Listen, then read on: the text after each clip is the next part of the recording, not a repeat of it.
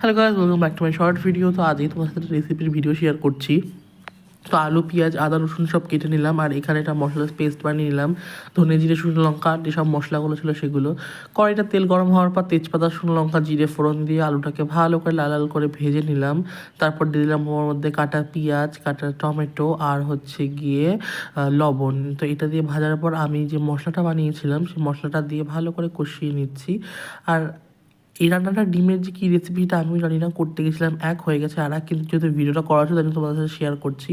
তো তারপর মশলাটাকে ভালো করে কষিয়ে নেওয়ার পর ঝোলের জল দিয়ে দিলাম। এবার মেন উপাদান, মানে মেন জিনিসটা যেটা করবে, কাঁচা ডিম ঝোলটার মধ্যে ফাটিয়ে দিয়ে দেবে। তোমাকে বললাম না, করতে গেছিলাম এক আর হয়ে গেছে আর এক। তো ভিডিওটা কেমন লাগলো অবশ্যই জানাবে। রেসিপিটা একবার অন্তত ট্রাই করে দেখো, বাড়িতে ভীষণ টেস্ট হয়েছিল খেতে। তো দেখা হচ্ছে তোমার সাথে অন্য একটা ব্লগে। তোমাদের ভালো থেকো আর সুস্থ থেকো। আর এই রেসিপিটা অবশ্যই একবার ট্রাই করে আমাকে জানিও যে ঠিক কেমন হয়েছিল তোমাদের এটা স্বাদ।